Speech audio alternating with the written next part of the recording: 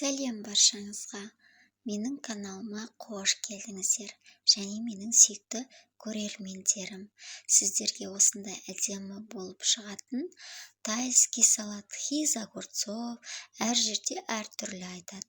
Ерекше салат дайындайтын боламыз. Дастарханыңызға түр беретін, дастарханыңызды қонақтар келгенде ашатын осы бір салатты дайындайтын боламыз. Қызып тұрған табамызға бір ожаудай майымызды қойып, содан соң ұзынша етіп туралған етімізді салып қуырамыз. Менде етті салған видео түспей қалыпты.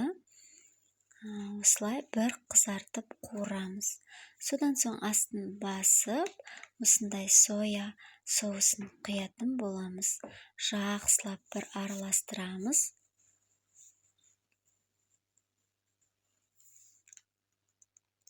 Кішкене қайтадан қуырып, астын басып қоямыз. Неге осындай әдемі болып, қызарып, түр беріп тұрады. Енді көкөністерімізді турап аламыз. Осындай қылып, қиярымызды ұзынша қылып, және кішкене ірілеу қылып турасаңыз болады. Бұдан да ірі қылып турасаңыз да болады. Мен осылай орташа қылып турадым. Содан соң ирек, жаңадай пышақтың дейді, ирек осындай бір құрылғының көмегімен осылай үшке бөліп аламыз. Мен әдемі болып көріну үшін осылай жасадым. Сізде бұл болмаса, пышақтың көмегімен үшке бөлсеңіз болады. Содан соң біз енді тәтті бұрыштарымызды осындай ұзын қылып, жіңішке қылып турап аламыз. Қызыл түрін, жасыл түрін, сары түрін пайдалансаңыздар болады. Себебі салатыңызға әдемі бір түр беріп тұрады. Және салатыңызды ашып, бір-бірімен түстері үйлесіп, бір әдемі көрінеді. Сол үшін осылай үш түрді пайдалансаңыз болады. Енді осындай жіңішке көзді үккіштен сәбізімізді ұзынша етіп өткіземіз. Міндетті түрде сәбіздің бойымен ұзын қылып өткізіп аламыз. Үлкен ыдысымызға осылай туралған қиярымызды және ұзынша өткізілген сәбізімізді және әртүрлі түсті тәтті бұрышымызды және қызанағымызды саламыз. Содан соң салатқа дәм береді. Міндетті түрде осыны жасаймыз. Ірі етіп туралған серемен аз көкті міндетті түрде салатқа саламыз. Дәм береді және ерекше иіс шығып тұрады. Осылай салатымыздың үстіне салатын боламыз.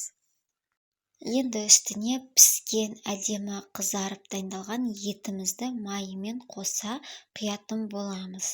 Содан кейін бұның үстіне тұздалған қияр, майда қияр дейміз, осындай корнишонды, банкадағы корнишонды ортасына бір бөліп салсақ болады. Енді осының үстіне бір қасық тұз саламыз.